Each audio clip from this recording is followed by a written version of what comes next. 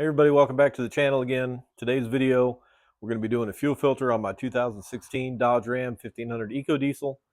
Um, Ram recommends you change the filter every 30,000 miles. A lot of people, most people, do it a lot sooner than that, maybe every 10, 15,000 miles, 20,000 at the most, because the fuel filter on these trucks is a very important part of the fuel system. They get water in them, they get dirt in them from the fuel that you buy. So you want to keep it changed so that your engine does not starve for fuel, which can tear up components in the fuel system.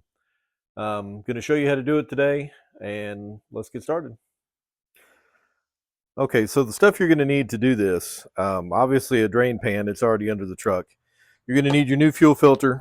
Mopar brand is highly recommended, and make sure it's a genuine Mopar brand from either Gino's Garage or from the dealer itself. I would recommend Gino's. They're a lot less expensive there than they are from the dealer. But if you use anything besides the Mopar filter, you're kind of asking for trouble. The Mopar filter is rated at 3 microns, and well, let's open it up here and look. Also, the way it's designed with this screen, for lack of a better word, around the outside is what you need. A lot of the other filters are just paper pleated filters, and they don't have the screen like you need. You're also going to need a fuel filter. We're going to drain the fuel out of the canister before we change the filter, before we take it apart. A funnel is really going to help you with that based on where the filter is located. We'll look at that under the truck in a minute. A screwdriver for the drain plug on the filter. And then this is a filter wrench that's going to get the canister loose and off the truck, where we can change this canister style filter. Okay, so we're going into the rear of the truck. That's where this fuel filter lives. We go up here in front of the spare tire by the rear end. And there's your fuel filter on these trucks, the black canister looking thing up there. It's right above the drive shaft in the back of the truck. Some versions or generations, year models of these trucks with the EcoDiesel had two filters on them, one back here and then one up along the frame. This particular truck only has the one filter back here in the rear. So this is what we need to change there in the bottom. If I can reach the camera, I can zoom in for you. So there in the bottom of the filter, if I can keep it in frame, that yellow piece is the drain plug that we're going to take out of the filter, drain all the fuel out of that canister. Then we're going to take the bottom portion of it off with the wrench we looked at a minute ago. That wrench you can get either from Gino's. I think you can get them on Amazon, but it's going to grab the four nubs there on the bottom of the filter and make it a whole lot easier to get off.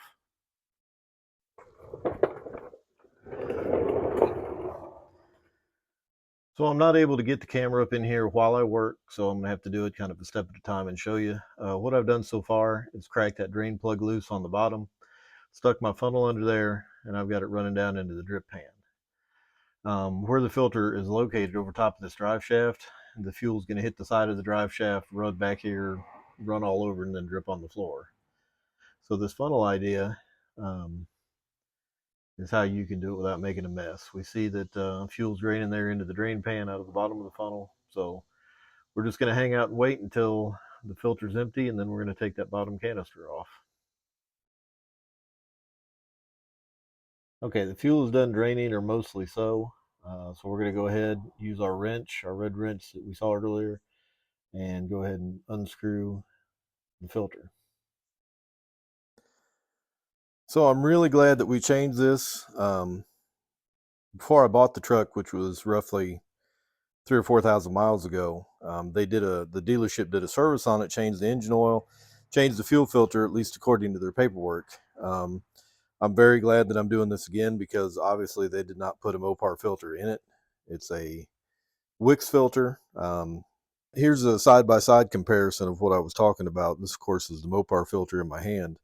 But you can see that the Mopar filter has the very fine, pre-filtered cheesecloth type stuff around the pleated paper like the Wix is. Now, Wix is a good brand. You've heard me say before on the channel that Wix is a great brand, but for whatever reason, they just don't make the fuel filter like Mopar does.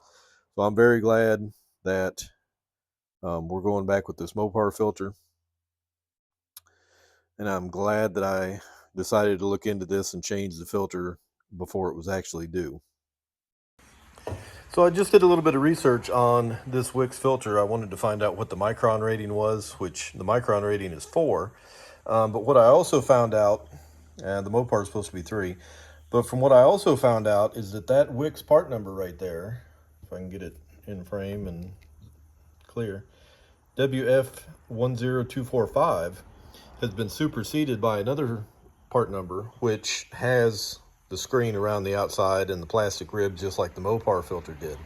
So even though the Micron rating's a little bit different, 3 versus 4, 1 micron difference, is that really enough to make a difference? You can be the judge of that. But at least the new Wix filters have the mesh around the outside of them with the plastic ribs like the Mopar filter did. So coming over here to the box, of course it comes with your O-ring for around the canister lid. There is the Mopar number if anybody's looking for it. Like I said, there's a website, Gino's Garage. They sell all kinds of Mopar diesel stuff for both the EcoDiesel and the 6.7s, 5.9s. They've got performance parts, maintenance stuff, stickers, whatever you want. So it's a good place to check out. The canister lid, just like on the oil filter on these trucks, has an O-ring around it. So we're going to go ahead and clean the residual fuel that's left in this out. There's a better look at the drain plug. We're going to go ahead and clean the residual fuel that's in this out, change this O-ring, start putting her back together. Okay, so like I've showed you before on the channel, changing out these O-rings, the way I do it is I use a pick. You can get these at Harbor Freight. They're less than $1 for the set of 4. Go under the O-ring. You want to point your pick away from the O-ring like this, slide it in, and then curl underneath the O-ring. You don't want to go straight down like this because there's a good chance you're going to cut this O-ring, and you may need it again in the future. So we're going to curl up under the O-ring like that. Once you've got it hooked on there, you can just pull toward the top and it'll flop right off. As I mentioned in the oil change video, I usually save those O-rings until I get everything back together and make sure that I don't have any leaks. I've had times in the past where, for whatever reason, the new O-ring in the box leaked. Maybe I cut it putting it on, maybe it was just defective or whatever, but you need that old O-ring again. You can't get just the O-ring separate. As far as I know, you have to buy a whole new filter to get a new O-ring again. So there's been times in the past that I just reused the old O-ring with success. So we'll open up this package, get the new O-ring out.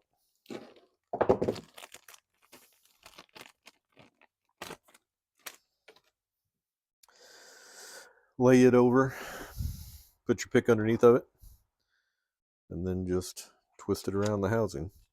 Once it's on the housing, I like to go around a couple times just to let the O-ring relax, untwist, and settle into the groove.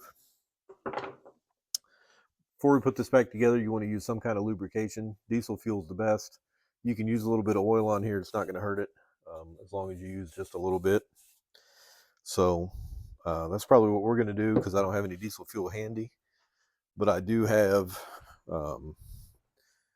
some regular motor oil over here that I can use to lube up the seal. It's not going to hurt anything. This ain't even going to get into the fuel system, this oil, because this O-ring just seals the bottom of the canister. So nothing to worry about there. The amount I'm putting on is really only, probably 2 or 3 drops anyhow, because a lot of this oil is staying on my finger. So that's that. Go ahead and get this put back up in the truck. Like I said, I can't do a as I do it video under there. There's just not enough room to get the camera in and get my arms where they need to be, where you guys can actually see anything. So I'm gonna get this put back in the truck and then we'll be back. All right, so got everything back together. It went back together nice and smooth. As I've said before, make sure you clean everything up good, because now we're going to get in the truck, cycle the key to make the fuel pump run so we can fill that canister back up. And we just want to double check that our O-ring is sealed right and our drain plug in the bottom is sealed right. Nothing crazy happened with either one of those. As I said, went back together real easy. I was able to screw the canister all the way back in by hand and then just snug it up with the wrench. Just like the oil filter in the other video, these don't need to be very tight at all, just a little past hand tight. If you go too much, you can either distort or crack the plastic, and then you've got a problem. Um, so yeah, that's it. Let's get in the truck now and cycle the fuel pump a few times and start it up, make sure we don't have any leaks. Okay, gonna cycle the key here a couple times if I can find it. You can just push it twice with your finger. You don't have to start the truck or anything. You don't have to crank it. That's the purpose of doing this, is so that that filter fills up and that when we go to crank the truck, we don't have to crank it excessively.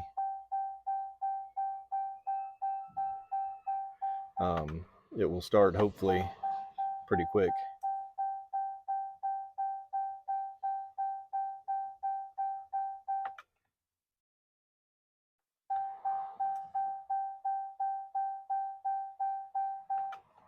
Okay, I'm gonna crawl back under the back of the truck now and make sure we don't have any leaks, and we're gonna try and start it.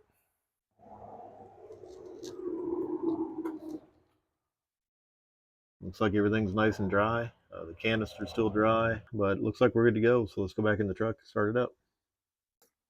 All right, we're back in the truck, so let's go ahead and start it up, see what happens. Hopefully it doesn't crank very much. It shouldn't, since we primed the system.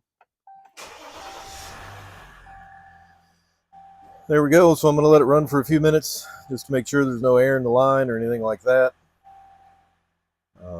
Just make sure we don't have any issues. We shouldn't. Everything went smooth. We don't have any leaks and all that, but I'd rather make sure that it sits here and runs for 5 minutes rather than taking off down the road in it and having an issue, 5 minutes down the road.